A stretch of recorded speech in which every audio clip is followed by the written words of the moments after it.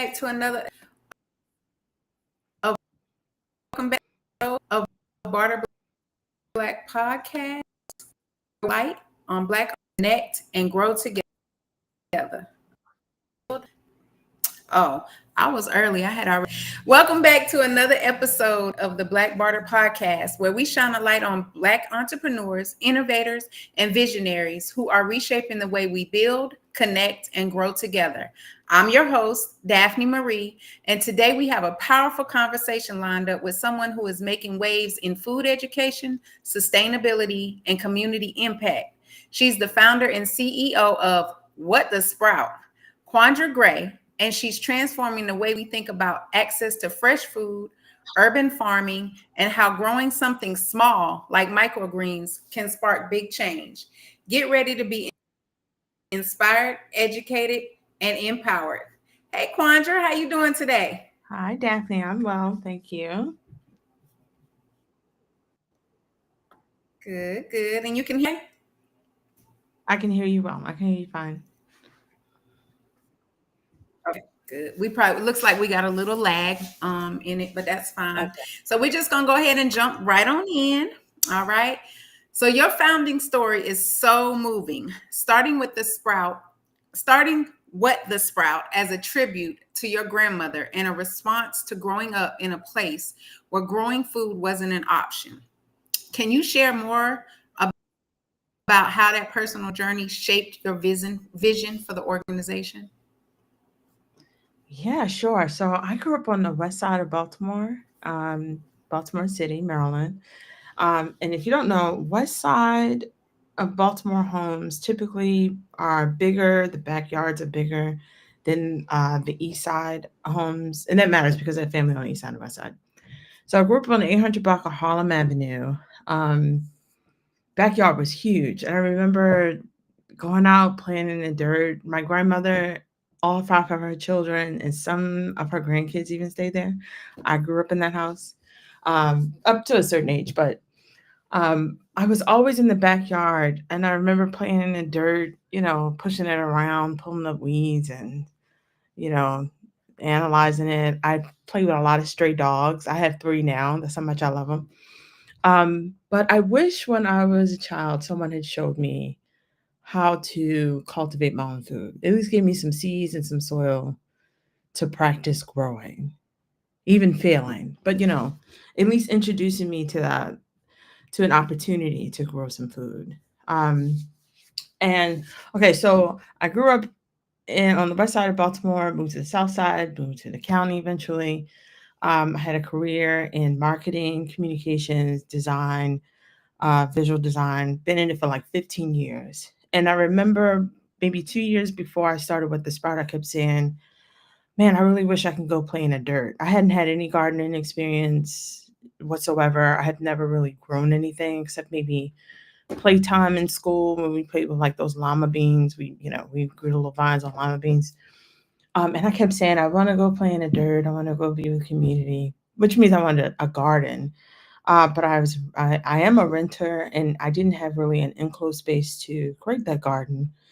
And I just kept dreaming. And then I was like, okay, well, maybe if I grow something inside. That's how I learned about microgreens and vertical gardening, that you don't necessarily have to be outside to grow. It can be done in your home, simple shelving, grow lights, and you can create, grow several cycles of food. I perfected the skill. There's many different ways to do it. But I still was kind of unhappy in my 9 to 5. I just powered through.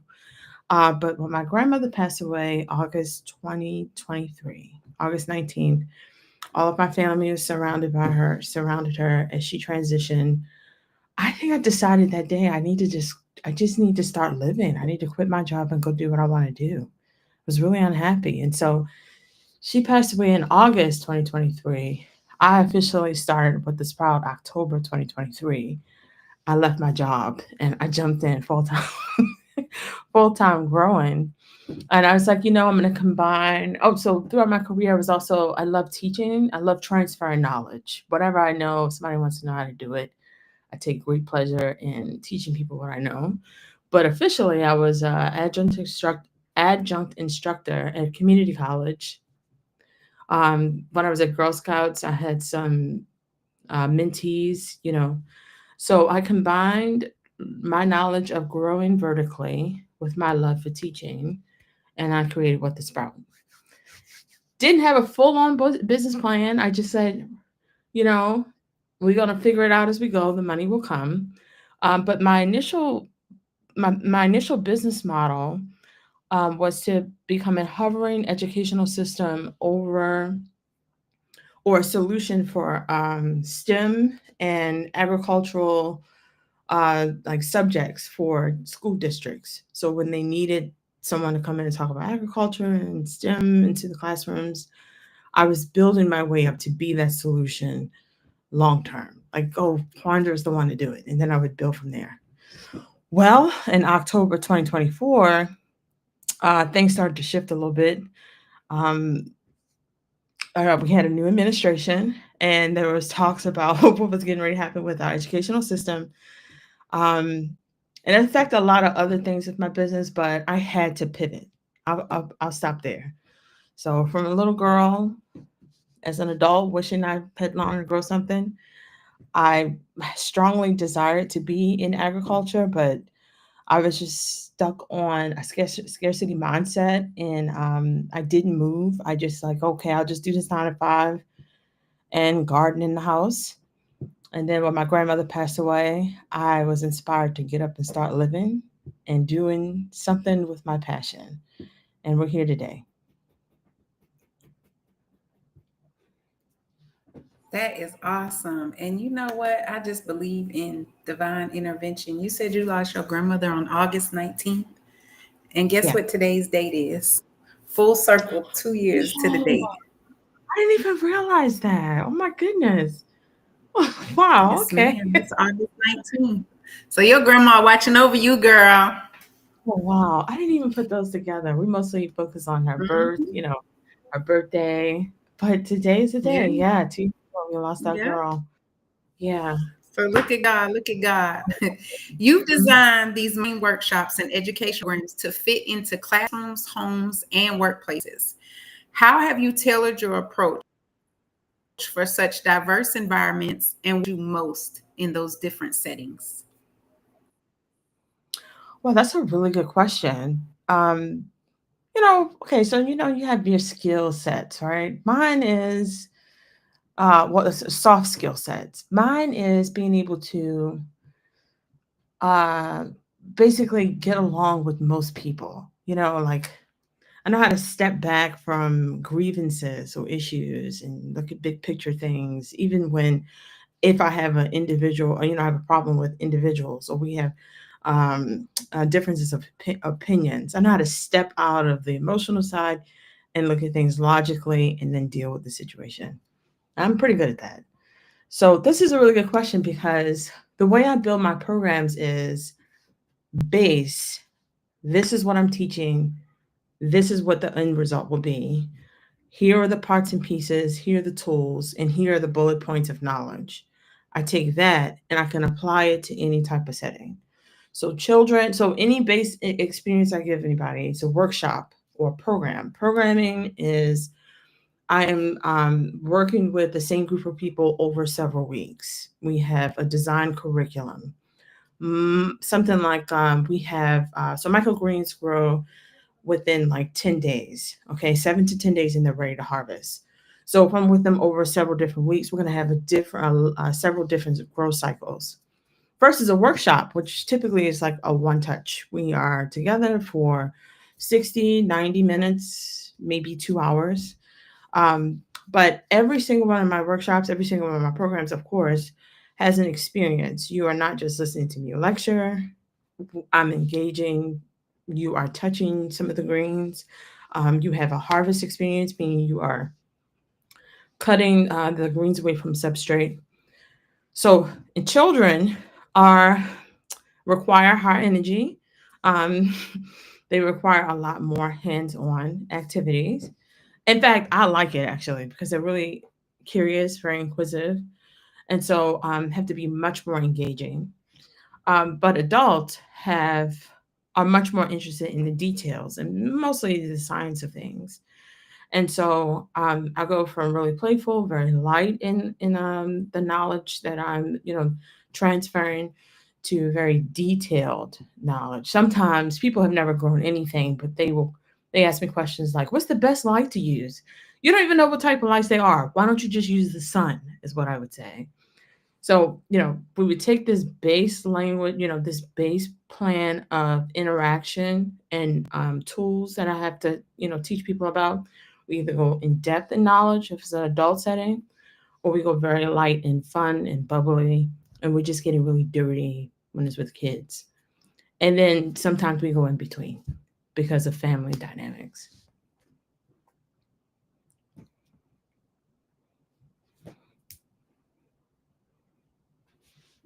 All right. That's great. So the next question I got.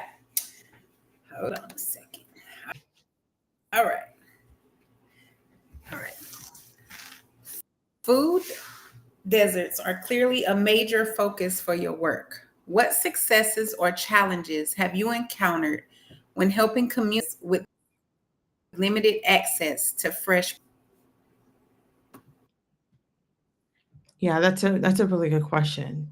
It is this, which is kind of beyond my control. It's a mindset. But gardening right now in our capitalist society in the United States, gardening is considered a luxury. Okay. In high income areas, mostly those families that come to my workshops, they have gardens, which surprises me because I'm thinking you would have no knowledge if you're coming to me. But no, they have full on gardens.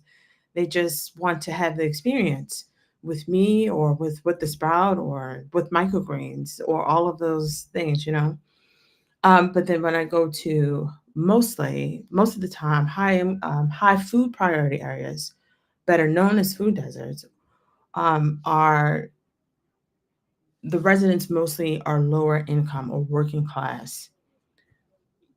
The people that can afford a garden have it for luxury purposes.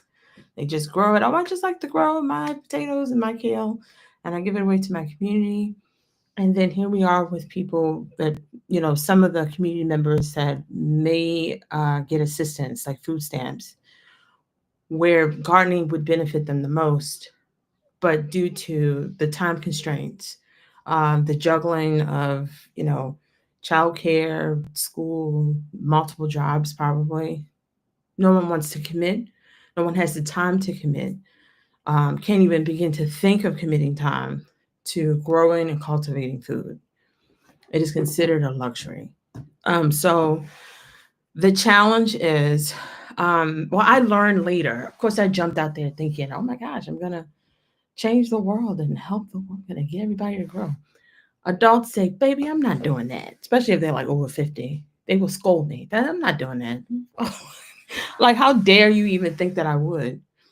But I find that if I target the children, I was thinking bigger. If I target the children who may have some challenges, as a child and may be burdened by some things, they have what do you call it? More curious minds, more open minds, and maybe not as many burdens as an adult would. So teach them a skill that they can never unlearn and open that curiosity where they spend some time with me, maybe they'll keep going.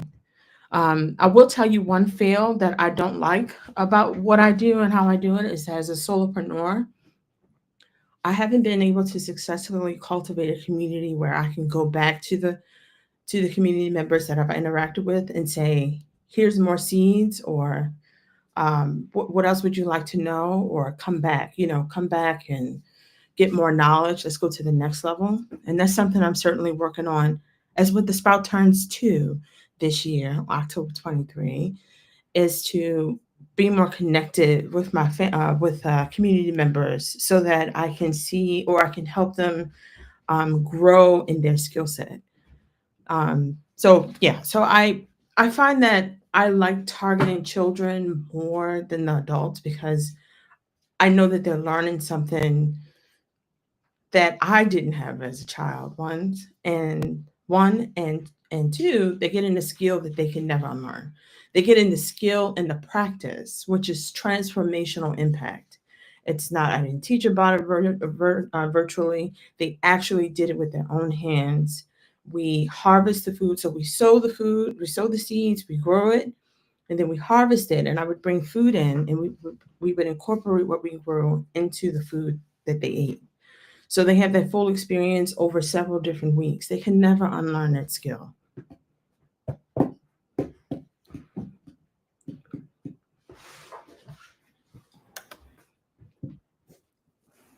I think that is awesome. Like it's actually like they're getting to experience every stage.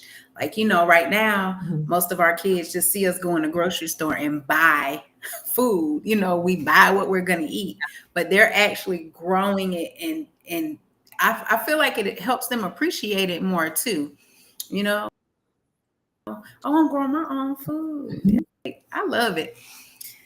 So this one is really, your site highlights the mental health benefits of growing microgreens, practices like mindfulness and stress reduction. Can you tell us more about that connection and how you've seen it manifest in your participants? Well, I will. This is almost connected to the last question or the last statement. You mean that the kids get excited about growing and eating, having their own food.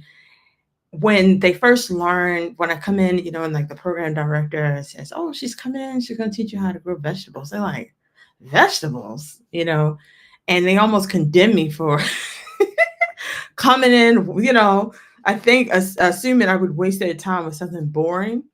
But what ended up happening is, as they grow the food, they get really excited. I make sure I say to them, "This is the seed that you sowed. Look at this. You had grown kale. You grew this broccoli microgreen. You grew these carrots. And then now we're gonna cut it, and now we're gonna eat it."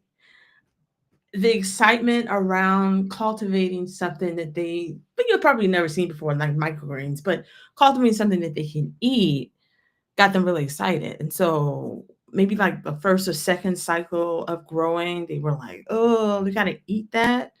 Um, but after I never cut it for them. I always show them how, and then they do it themselves.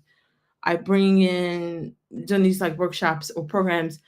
I don't go full on healthy, like, "Oh, we're gonna eat these microgreens with just a salad, or we're just gonna eat it with some other vegetables." I meet children where they are.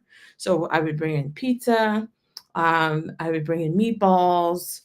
One time we got some chicken wings and some wedges, but then we would cut those densely nutritious greens up and put them in like Parmesan cheese for them to dip the pizza in. So it would be broccoli, microgreens mixed with some Parmesan cheese, and they would dip it and eat it. And then, or sometimes it would be like pak choy or kale microgreens mixed into barbecue sauce for the topping of their meatballs, or barbecue sauce for their chicken wings. Or sometimes they would just get curious and say, "Can we just eat it?" And they would just, sprinkle whatever I have. So one time I had like these, I went to the dollar store and got all these like little snacks. And I said, "See if it tastes good with your microgreens." And so we have crackers and microgreens, gummy bears, microgreens. But what ended up happening is they eat it all. "Can I have more? Can I have more? You got any more of those greens? You have any more of those greens?" So cultivating their own food actually made them want to consume more. Now, it's funny you should talk about the mental part of this, right? I actually am having through Barter Black. Barter Black. I met Dr. Shatia. I did some design work for her on Barter Black. She solicited my services. That was probably maybe 2, 3 months ago. Last Friday, I purchased a service from her. She is a professional a mental health therapist. I don't know what kind. Sorry, I should have been prepared for that. But I'm meeting with her on Friday, a service that I paid through Barter Black. And the reason why I mention that is I am in agriculture. I am MBE certified. This is Maryland. Um, uh, what do you call it? MBE, Minority Business Enterprise. But basically means the state has certified that I do what I say I'm going to do. Um, but I am not a licensed healthcare professional, and I require no, I like when people say wellness that they have some type of backup with that, right? I'm able to claim these mental health benefits because that's what I read. But Dr. Shatia is the one that's going to certify some of the, but with evidence based certification, she's going to add some of her knowledge into my programming to make it, what do you call it, certifiable wellness program, if I'm making any sense. Meaning, I don't have a lot of respect for people that go around touting wellness and they don't have a professional to incorporate that fully. And so I'm meeting with her on Friday to get my curriculum up to the level of certified wellness. But I will tell you this, this is my base knowledge. I could talk more about it, but I'm not a doctor. But I will tell you that gardening reduces stress. I would tell you from my own experience, the reason why I was holding on to my 9 to 5 so long because I had my garden right next to my my computer. I got to the point where I hated my job so much when I would hear the teams, you know, that to sound. Ooh, it almost had like a panic attack. I would get sweaty. I would have my hand on the screen like I wanted to slam it. Because I just like didn't want to do it anymore. But in between getting up from my computer, I would go to the I would go and do my gardening, you know, I'm like, this is fine, this is fine. But as I told you, when my grandmother passed away, I'm like, it's not, and I'm not happy. I need to go do what I'm doing. But it reduces a lot of stress. And there's also biomes in the soil when we put our raw hands in there, transfers to our own body and heals us within. I'll say that much, but I'm really excited to talk to Dr. Shatia on Friday. I have a full on curriculum that she's going to touch and make better. It's going to sparkle with her mental health wellness knowledge.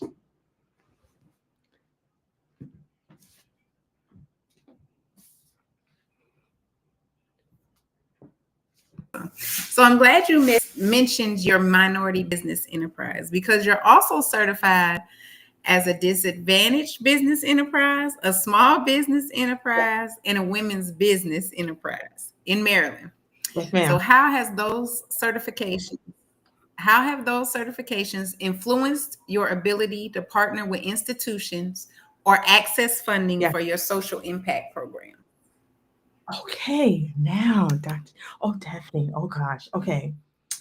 I will say this. So it took me a year to get my certification. Don't listen, because I have to tell you, I got to like be careful, slip. I'm gonna tell you. I got my it took me a year to get certification. I started April 2024. The application was long.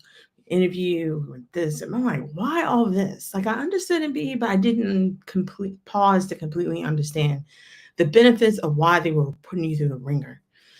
Um, but I just got certified this year, May 2025.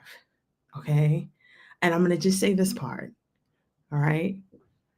On the funding part, there was an application that was due probably 2 weeks after I got my MBE certification. In this application, it says, are you MBE certified? I put yes. I was just stop. I'm going to say this little part because I can't say what it is until October, but I got well funded as a result. That's all I can say. I got awarded with something last week. We cannot announce it until October, but that MBE came in just in time. It was the first question on this funding application, and I got it. That's all I can say. So we it paid off big, right? The second thing is too, as a result of the administration deconstructing some things at the top. So library funds are at risk.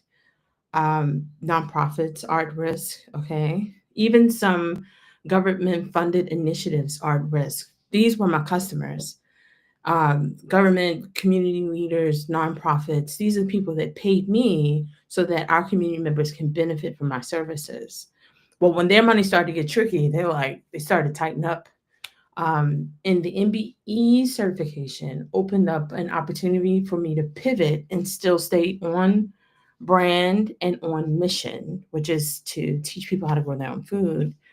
for mental and community health, right? The MBE certification allows me to opens up opportunities for me to get on for state and federal actually, government contracts, school contracts. Um, I'm now open to farming. This is one of the things when I started, I was like, I don't want to do farming because I don't want to sell to the people I'm trying to educate. And that don't even make any sense. But with the certification, I can open up to B2B services and still do, stay on mission, still stay on mission and be integral about teaching. So this MBE, I just got it in May. It's already, I cannot wait to tell everybody in October. It's already like opened up doors. It has, oh my gosh, I wouldn't even, but it made it easy to be funded, I guess. There's a lot of opportunities for MBE certified businesses. My business is certainly really unique. There are a lot of farmers out there. There are a lot of teachers out there, but I combine the two. And it's needed, especially with some of the challenges we may be facing in the future. I have a really good solution for that. I got to push harder to reach my audience members, but this MBE certification certainly is turning out to be highly beneficial. And I recommend any entrepreneur that has it at least attempted to get it in your state, please do. In the state of Maryland, it doesn't cost any money. So look up in your state to see what's possible or what they have available for you to try. Yeah. So I'm not going to say it, but I'm going to message you offside later and ask if it's what I think it is, because the way you said the dates, I kind of have an idea of what it might be. And girl, if it's what I think it is, that is super awesome. I really got a feeling I know what it is. So my next Good. question You got a feeling is you know what it is? Yes. Okay. Yes. My next question is 2 parts. Can you walk us through the variety of programs you offer, from the Grow and Learn workshops to the multi-week agricultural literacy program? And then how do you decide which format best serves a particular audience or partner? Yes. So my fundamental programming and workshops, as I said, the workshops typically can be up to 2 hours, typically are 1 hour. I work that out with my initial customers, libraries, community centers, and then they decide what type of package they want to purchase. It can include microgreen. Oh, but we didn't talk about the kits. I have a service, but I also have a kit, full-on kit that can be purchased individually. Okay, but that can be That's incorporated the into next the. question. Save that. Okay, We're going to do that one separate. okay. Well, so the workshops can go all the way from very basic. I'm just coming to, and I volunteer a lot too. So everything isn't, especially if you're struggling, or I know there's some community members that would benefit from this, and they're like, "Hey, can you just come?" I'm like, "I'm there. I'll be there." At least give someone the experience or even the knowledge about microgreens. If you're in a pinch, or you have children, you want to learn how to do something like this, I come and I volunteer my services. But the workshops take about, can be up to 2 hours. But the programming, which is really awesome, mostly have been done through government contracts, or the ones I have from the city, through Mayor Brandon Scott's initiative to keep kids off the street. This is what these grants come from: rec centers. And this is my second year. I had one last year. I had 2 rec centers last year. One rec center in the spring. They told me stop applying. I was filling out applications. I am on the preferred vendor list to come in and deliver agricultural programming to children. And those programs are so much fun because I get to work with the kids over and over again. By the end of the program, I can hand them the dirt, hand them the seeds, and they know exactly what to do and how to cultivate food. When they end with me, they take a kit home so they can practice and grow at home. Now, I do the programming, but now I'm getting into farming. I'm starting to cultivate food for sales. As I stated, I'm MBE certified. Already had conversations with, um, let's just say, people where there's probably opportunity for me to grow in large quantities. Let's just say that. And then there's the mental health and wellness program, that a curriculum that I am boosting with Dr. Shatia on Friday. So if you're not connected to what's about, and really excited about this, stay connected, because a lot of the work I do, of course, as a solopreneur, is here in Baltimore City, surrounding counties. But there's some work that I'm doing right now to extend nationwide, globally. It's all virtual. So then.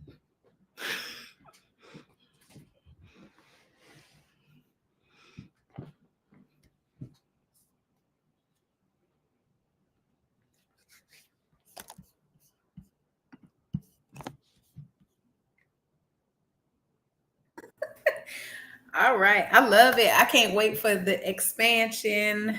That is going to be great. So, your grow kit Mhm. is self-watering and eco-friendly. Because, baby, let me tell you, I killed the cactus before. So, I'm going to need something that is very low maintenance. And every purchase helps fund free kits for communities. How do you Mhm. balance the business side of product sales with your mission driven social impact? Thank you for asking that. I'm going to answer honestly. I'm supposed to answer a certain way, like a do, but I'm going to be really honest with you. I love service part of my business more than I do selling the product. In fact, I'll be like, oh, right, I got to sell this thing because people actually want it, but I also got to make money.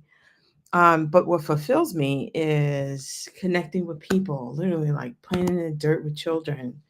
It's so heartwarming. And I'm like, I'm actually getting paid to do this. This is so much fun, right? Um, so the kits are easiest for me to sell and push when I incorporate them into workshops and the programs. Meaning when I sit with my customers, government, community member, community leaders, libraries, I say pay this much and then this many people will get a kit. That's the easiest way to push it. But then we also do like vending events where at my table I always bring some fresh greens for people to be educated about what microgreens are, have the experience of playing in them, touching them, smelling them, some type of sensory activity, along with vending and selling the kits. So when I sell the kits, it's like a deliberate thing, but it's like, but I really, I really love the service side of things. But every part of my business, except for the farming part, the kits are incorporated in the virtual workshops, in the in-person workshops, and then we just do some vending on the side. But it's really hard for me to push it because I'm like, no, come talk to me. Don't just buy the thing. Come talk to me. But that's not really how I should be running a business. It needs to be about pushing product, making sales. Eventually, as people purchase the kit and use it, my mission is still fulfilled. I'm just socially greedy. I want somebody to come and talk to me about it. Yeah. No, I think it's a great concept. So you touched on in answering the previous question. Your mission page mentions your collaborations with institutions like Baltimore City Recs and Parks and the Baltimore County Public Library. What have these Mhm. partnerships looked like in practice, and how your mission? Oh wow. Let's talk about recreation and parks. Okay. First of all, to build relationships, one with the rec and park administration. I remember when I first applied, it said, "Oh, come and show your, propose your program to rec and parks." They're always soliciting and asking people, "What do you have that our community members would benefit from?" And the community, could be adult, families, adults, children, but mostly, I think mostly, mine have been all children. So I came and showed them what I have. Of course, I know how to sell. I'm like, look, these kids not really on food. They say, you know what, you're right. And so the directors could come up to me and learn about what I do. And then they had this process of, they know who their community members are in the rec centers culturally, who, the demographics and who's more likely to participate. And so we did like this pairing thing. I'm open to anybody, but the directors would be able to choose, if their members would, would like to participate in what I had to offer. And so I got two. So those relationships are nice. I get to know those children and the directors, basically anybody that pops their head in intimately, which is really fun over several weeks. Really fun, actually. And then when they would see me at events, they were like, oh my goodness, are you coming back next year? I'm like, I'll be back for opportunity to talk. Will I be back at your center? I don't know. Bernice is our touch person at the Rec Center or Rec and Parks on the admin side. Everybody's so supportive. Everybody really likes the work that I do. I love working with the children. So those are really fun. The libraries are just as wonderful, of course. So the staff and the like library managers, it essentially is this, right? Like what the Sprout offers a life skill that is as important as knowing how to cook your own food, learn how to grow your own food. It's a part of Maslow's laws of self-actualization. Level 1, have consistent access to food. In this case, you're growing it. In this case, it's really healthy for you. This is fresh. You know what's coming from. This is a really important skill to have that we've lost over time. We've taken it for granted. We've completely amalgamated into a capitalist society that says any problem that you have, don't worry about fixing it yourself. Just have enough money to buy the solution. And unfortunately, we've yielded to rely on everybody else for our food. And unfortunately, it's not everybody on our block. It's not everybody in our neighborhood. These people live in a whole nother country, they all the way on the other side of the world. We've relied on them. And first thing people want to say, Miss I Kill Cactus, is I can't do it because I'm gonna kill it. And I'm like, you need to learn how to grow something. This is really serious. And so transferring the knowledge from the children, could help communities, worldwide, because if nobody knows how to do something, the children that I've come into say, I at least know how to do this. It's a skill that we've lost. So when I do my workshops, we have fun. They learn. Everybody, I usually get really good reviews when they leave, but I always sneak a little urgency in there. Hey, if you don't buy anything from me, I know you had a good time because you do something for me. Go get a bag of seeds and put it in your pantry. Just do that. Just go get a bag of seeds. I don't care if you're going to look at it for 2 years. Just put it in the back of your pantry. And then, if you have children, at least give them the skill of practicing food. Put them in some like 4-H program. I don't care what you do, but learn that skill. So always fun. Always, imparting knowledge on people, but I always sneak a little urgency in there. This is for anybody else listening to. Get your bag of seeds. If you have children in the house, I know you want them to learn AI. You can't eat AI for breakfast. It's okay to have them have that skill. They need to know how to put their hands in, take a seed, put it in dirt, and grow something. I hope that answered the question. I don't know. Very well. And girl, I think the part that throws me off is putting my hands in dirt. I'm just not there yet mentally. I got to get there though, because I do want a garden. My daughter wants one. I think my granddaughter would enjoy it. I got enough land for it. I just ain't, girl, playing in the dirt just ain't never been my cup of tea. Grow some. You can get some fruit trees too. Just get some fruit trees. Once they mature, they do their own thing. Nature takes care of them, and they will take care of you. They just drop food in your backyard. Fruit trees. I want some chickens though. I do want some chickens. Now, chickens. You can't go from I don't want to put my hands in the dirt to chickens. I don't think you understand. Okay. I'm not doing none of the work. I ain't doing none of the work. You can get egg bound. Are you kidding me? Do you even know what that means? Ew. They go hand in hand. But listen, tell your Oh daughter my to goodness. get your granddaughter, raise some chickens and grow some food. You be straight. You'll be straight. Yeah, they go do the work. I told you what I'm gonna do. So tell me, how can someone or an organization partner with What the Sprout to bring microgreen education into their community or programs? Well, yes, I'll answer that with what's happening right now, the climate and the scarcity mindset that nonprofits are having. Um, I mean, if you know, you know, but because some of that money is either being some of the grant money that was funded, a lot of federal money was funding nonprofits. Either it's being threatened that they won't get it, or it is being held, right?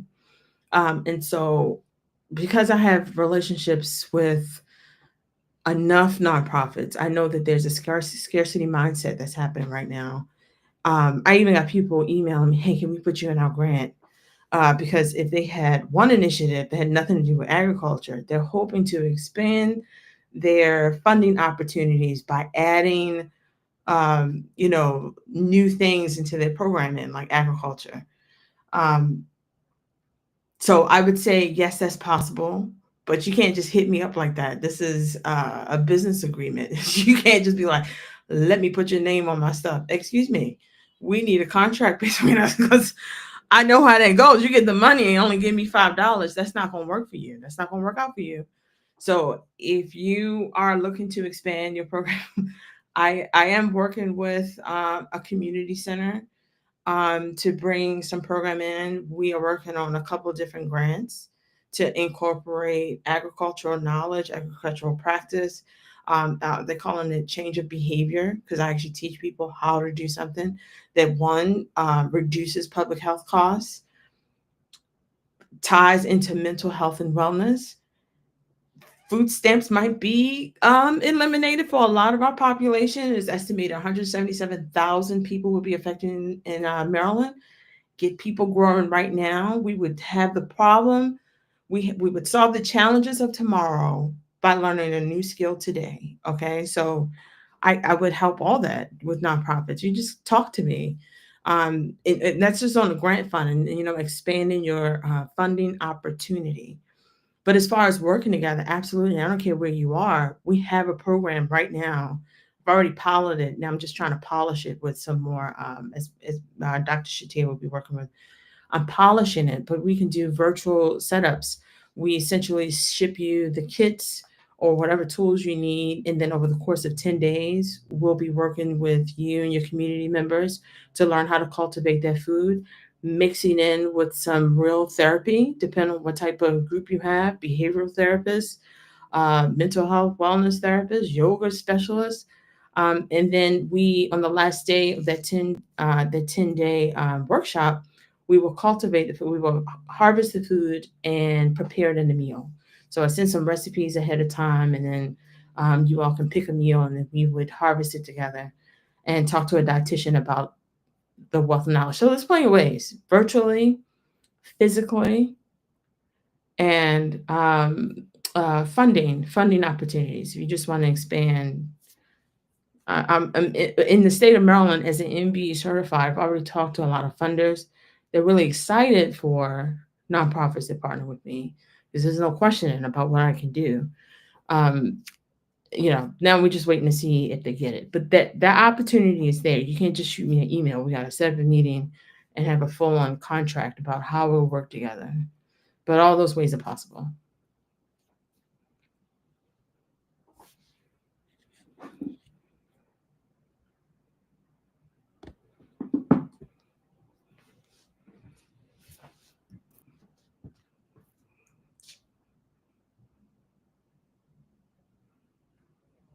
You do. So real quick, what does your garden look like? Do you have a garden? Oh, listen, I'm gonna answer honestly, okay? What one thing that I've done, and probably a lot of I've had this conversation with entrepreneurs, is I think since I started with the Sprout up until spring, which is probably the busiest I've ever been, I had a continuous flow. I always had something growing in my garden. I have a son, he's 15 years old. His name is Skylar. He's my favorite person. He's 15. So, you got any teenagers, you know how rough it is at the moment. But I still love him very much. We would always have a vertical garden. We always had something growing because it did something for my mind. But then something happened. I got really popular. That's so funny to say, but it's true. I became high demand, but I am a solopreneur. So my high demand means that I'm doing one time I had 3 events in one day. I was so wiped. I think for 2 days I was just down and out. I was just like really tired. I was burnt out. And then on top of that, I was doing rec centers, doing media. I'm doing my own social media. I do my own, I told you I do design work. So anything you see public facing for What the Sprout, that's me. And you know what's funny? I almost had to probably design my own podcast graphic. I remember she reached out. I was like, I couldn't do it though, but anything I do, most times I'm creating stuff, I do it myself. So here's the truth. I have not had my garden. I've not been growing and gardening for me for pleasure. It has now just turned into a garden for educational purposes. You get what I mean? So where I used to do it for fun was like, oh, grow some food for me and my son. Excuse me. Now it's just, oh God, I gotta grow some food for an event in 2 weeks. So the the pleasure has transferred into I gotta make money. What's on my garden now? Nothing. But it is scheduled to be full because I have 4 events coming up in September and then that one in October. But unfortunately, I've turned into a hardcore entrepreneur where I'm growing for money. You know what I mean? So I will brag and say I have like 6 growing racks. I know you probably don't know what that is if you never, but that's a lot in my living room. And I have right now over 55 pounds of seeds and maybe like 6 containers of soil. I can brag about that. I have a lot. I could feed the entire complex for several months. That's how much I got. But what's growing right now? Nothing. I'm waiting for the next event.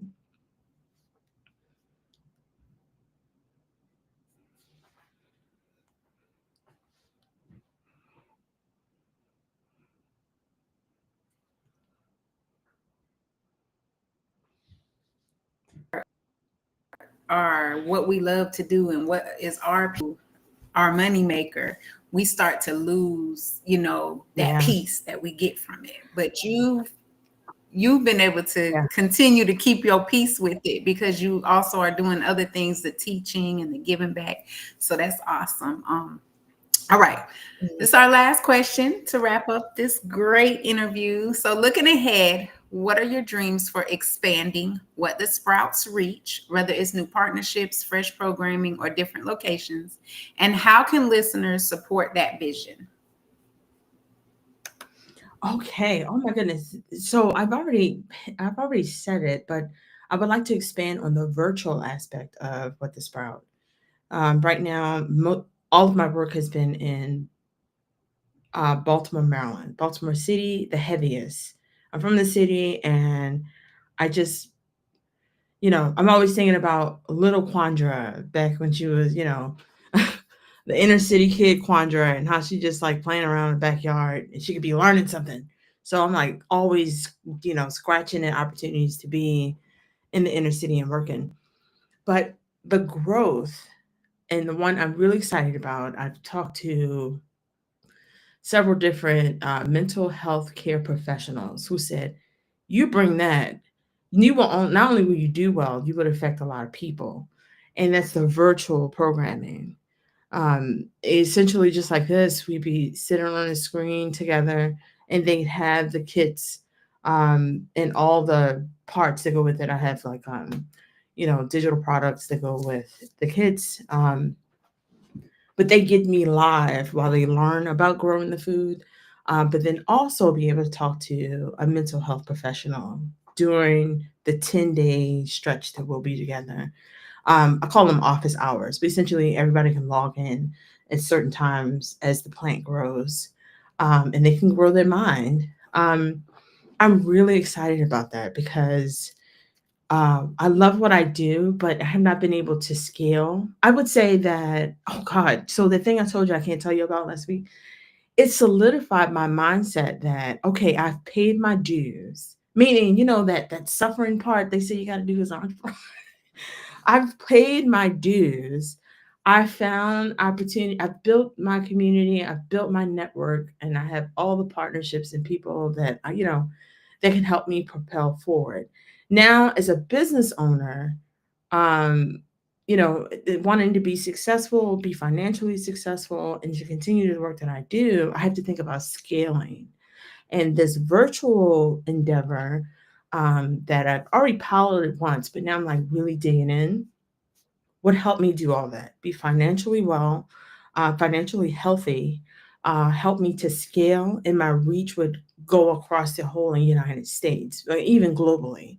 So, what people can do to help me do that is be my testers. I've piloted individuals before. It's basically I literally just like partnered with the person, and then she got like a lot of her friends and family. But I got to test it out to see how it worked, and people actually loved it. They gave some good reviews.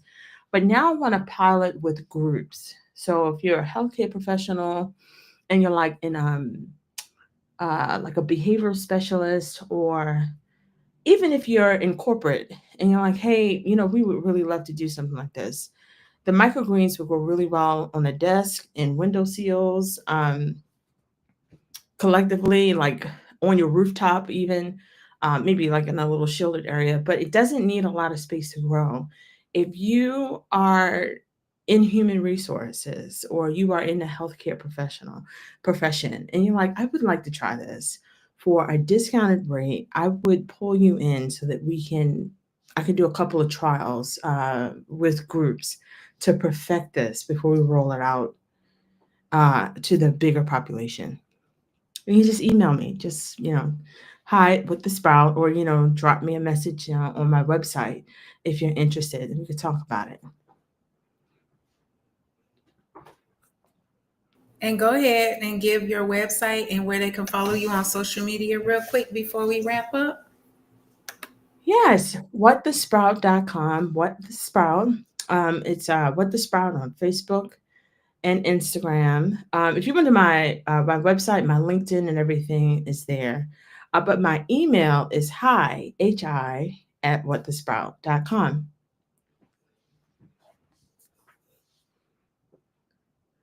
Right, Quandra, thank you so much for joining us. That was an incredible conversation. From honoring her grandma's legacy to tackling food deserts and creating hands-on solutions through education and innovation, her story is such a reminder that change starts right where we are. If you're inspired and want to get involved, be sure to connect with What the Sprout, whether it's bringing their workshops into your community, grabbing a grow kit, or partnering to expand their mission. And before we go, I want to remind you that I'm Daphne Marie, style strategist, midlife rebrand coach, and host of this podcast. My mission is to empower women and entrepreneurs to step fully into their next level, whether that's through personal style, business alignment, or platforms like this one, where we spotlight Black excellence and collaboration. Thank you, podcast. Be sure to subscribe, share this episode with your network, and keep bartering Black, because when we trade, collaborate, and build together, we rise together. Until next time, I'm Daphne Marie, and this